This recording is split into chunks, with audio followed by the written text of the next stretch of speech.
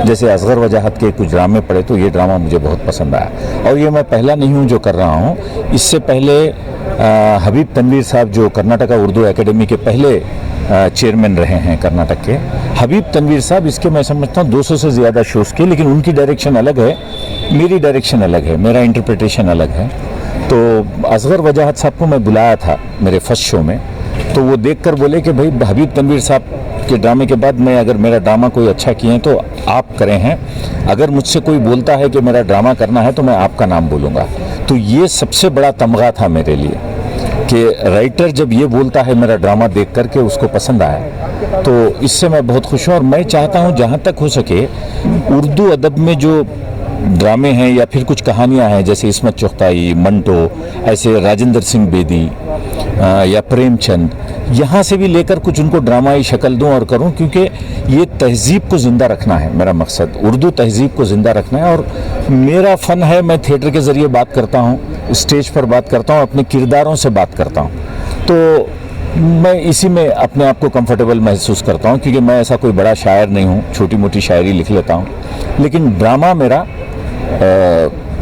Main क्या बोलते हैं वो ये है जो पैशन है, चाहे इसे आप दीवानगी कहिए, तो इसके ज़रिए मैं लोगों तक अपनी बात करना चाहता हूँ। और जहाँ तक हो सके, चूँकि उर्दू से मोहब्बत है, तो उर्दू से जुड़े हुए जो ड्रामे हैं वही करना मुझे अच्छा लगता है। जैसे मैंने ज़बां मिली है मगर मैंने खुद लिखा था, टीपू सुल्तान के ख्वाब, या शादी की किरकिरी, और अब ये जिसने लाहौर नहीं देखा।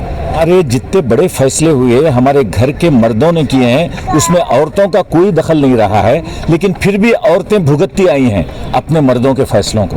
वो बात मैंने उस ड्रामे में वहाँ बताने की कोशिश की जो राइटर असगर साहब ने लिखा है।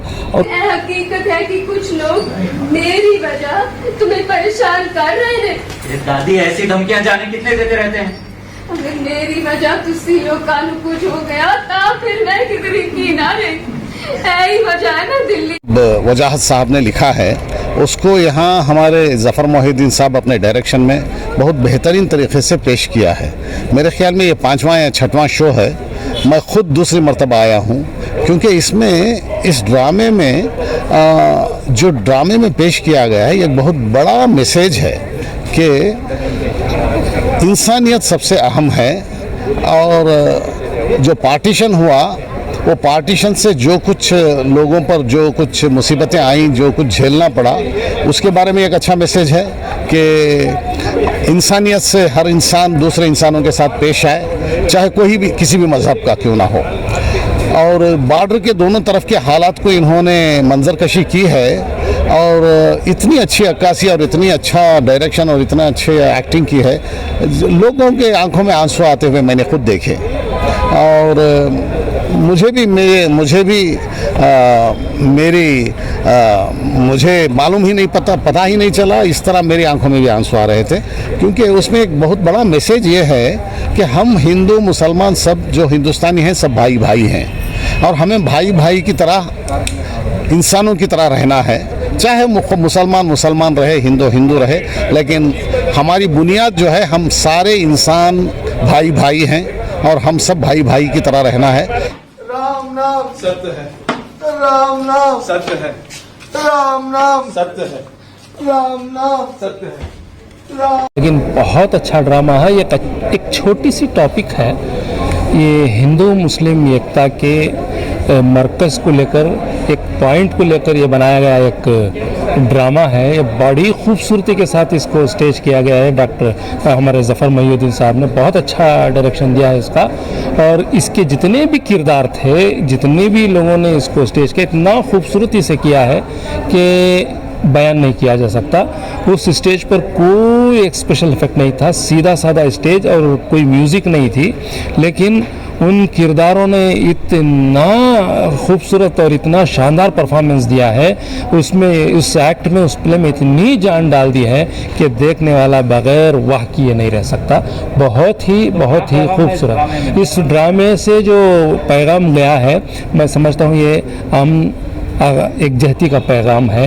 यानी आज के दौर में जहाँ कोविड के दौर में भी लोग हिंदू लोगों की मैयतों को जला नहीं पाते, वहाँ मुसलमानों ने वो काम करके दिखाया है। तो ये पैगाम आम होता है कि हम यहाँ मज़हब के बग़ैर इंसानियत को फ़रोग़ दें, इंसानियत को मुक़द्दम रखें, सबसे ज़्यादा इंसानियत को तवज्जो दें और उस पर उसके फ़रोग़ के लिए काम करें। यही इस ड्रामे का मकसद है। इसके जो राइटर हैं उन्होंने भी इस पर बड़ी बातें की थी हमसे। तो उसमें क्या होता है, मेरी बेटी जो है वो मुझसे पूछती है कि अम्मी ये हिंदुस्तान पाकिस्तान क्यों हुआ, तो उसकी अम्मी रिप्लाई बोलती है मुझे क्या पता। फिर वो पूछती है तो अगर हम लोग और माई एक साथ घर में रह सकते हैं तो हिंदू और मुसलमान क्यों नहीं रह सकते। तो उसकी माँ रिप्लाई करती है बेटा रहते आए हैं, सदियों से रहते आए हैं। और मेरे अल्लाह, इतना बड़ा गुनाह। अरे जब हम किसी को जिंदगी दे नहीं सकते तो हमें क्या हक है किसी की जिंदगी लेने का। वो एक काफिरा है, काफिरा। इसका क्या मतलब है, कत्ल कर दे उसका। नहीं, हरगिज़ नहीं होने दूंगी। मेरा नाम है सुमित आचार्य। मैं बतौर आर्टिस्ट बेंगलोर में तकरीबन कुछ 10 से 15 साल यहाँ पे थिएटर कर रहा हूँ। ज़फ़र जी से मेरी मुलाकात कुछ साल पहले हुई, वो काफ़ी मेरे शोज़ देखे, उनको काफ़ी अच्छा लगा। इस किरदार के लिए उन्होंने मुझे बोला कि आपको मैं करवाना चाहता हूँ। मैं पहुँचा वहाँ पे, उस स्क्रिप्ट को पढ़ा, उस स्क्रिप्ट को समझा। लड़ना ही है तो अपने नफ्स से लड़ो, वही सबसे बड़ा जिहाद है। खुदगर्जी, लालच, ऐशो आराम से लड़ो, ते बेसहारा बुद्धि नाल लड़ना इस्लाम नहीं है पुत्र। ये जो मौलाना का किरदार है वो काफ़ी जो बातें कर रहा है, वो ऐसे व्यक्ति से बात कर रहा है जो कि एक इस्लाम को कुछ अलग ही दिशा में लेके जाना चाहता है, जो इस्लाम का कुछ अलग ही मतलब समझता है। और जबकि जो इस्लाम का एक्चुअल में जो मतलब है वो सौहार्दता फैलाना है, वो एक तरीके से लोगों को जोड़ना है, ना कि लोगों को बांटना है, चाहे वो धर्म के नाम पे हो, चाहे वो हिंदू हो, चाहे मुसलमान हो, चाहे सिख हो, चाहे ईसाई हो। तो इस तरीके से काफ़ी उसमें इस्लाम की जो टीचिंग्स हैं उसके बारे में लिखा गया है राइटर के द्वारा। और उन्हीं टीचिंग्स को आखिर कैसे विदाउट प्रीचिंग होते हुए उन टीचिंग्स को कन्वे किया जाए, that was the vision of director as well as AD both. तो उसको निभाने में काफ़ी अच्छा लगा।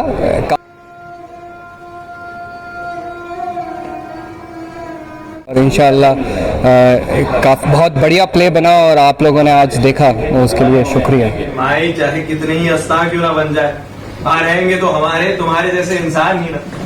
और जहाँ इंसान होंगे वहाँ रिश्ते होंगे, जज्बात होंगे।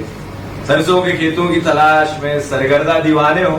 क्यों अमित भाई? मेरी खुशनसीबी थी कि मुझे नासिर काज़मी का किरदार खेलने का मौका मिला, क्योंकि पूरे प्ले में वो एक ही रियल लाइफ कैरेक्टर है। नासिर काज़मी एक शायर थे, बहुत ही बेहतरीन शायर थे, और जो इन्होंने ये कैरेक्टर उठाया प्ले में, जो मेरा दोस्त था टांगे वाला, उनका सही में एक दोस्त था टांगे वाला हमीद, जो उनको अक्सर घुमाया करता था, क्योंकि लोग उनकी शायरी के इतने दीवाने थे और वो बड़े मिलनसार आदमी थे।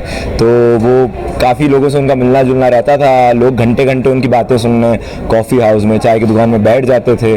और ये वैसे ही आदमी थे जो रातों को सोते नहीं हैं, शायरियाँ लिखते हैं, चाय पीते हैं वगैरह वगैरह। तो काफ़ी मज़ा आया खेलने में, काफ़ी मुश्किल भी था, क्योंकि नासिर काज़मी जैसा किरदार खेलने एक जिम्मेदारी भी है, और हम तो फिर भी सीख रहे हैं।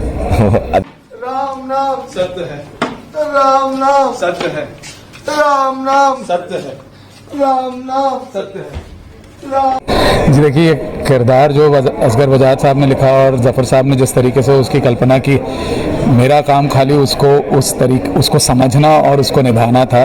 लेकिन एक खुद पिता होने के नाते मैं अगर सच्ची बोलूं तो ज़्यादा ऐसे मेहनत नहीं करनी पड़ेगी, समझना पड़े क्या हो रहा है क्यों नहीं हो रहा है। क्योंकि एक तरीके से देखा जाए तो हालांकि पार्टीशन है जो मैंने कभी देखा नहीं है, लेकिन ये सारी चीज़ें जो हमारी इनसिक्योरिटीज़ होती हैं, कोई बाहर का दबाव आता है, अंदरूनी दबाव रहते हैं, ये सब और उसमें अपने परिवार का, अपने बच्चों का ख्याल रखना, ये हर फादर दिन और रात यही करते रहता है। तो लगभग वो एक बेस था, उसके ऊपर जो जैसा माहिर ने कहा थोड़ी देर पहले कि असगर बजाज साहब ने जो कहानी लिखी उसके प्रति जितना सच्चा हो सकूं मैं उतना बस वही एक मेरे दोस्त ने मोहम्मद शाह ऐतनान और खलीली जी दूजी मंजिल पर भैया ये कैसे हो सकता है?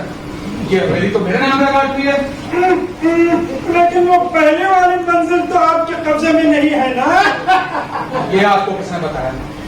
वाडा बेटा जावेद कैरिया से। मेरा नाम अर्जुन है और मेरा इस ड्रामे में जो रोल था वो एक पहलवान का था। और जैसा कि आपने देखा कि पहलवान एक फैनेटिक मुस्लिम है जिसके अपने ही कुछ कायदे और कानून हैं। कायदे कानून क्या है? वो बेसिकली ही सोचता है कि जो मुसलमान हैं वही उसके लिए सब कुछ है और मुसलमान ही बहुत बड़ा है। बेसिकली वो ये भी नहीं चाहता है, वो बहुत ही एक लालची इंसान है जिसको पैसे से मतलब है और बस वो पैसे के पीछे ही भागता है। तो यही मेरा कैरेक्टर था और जैसा कि आपने देखा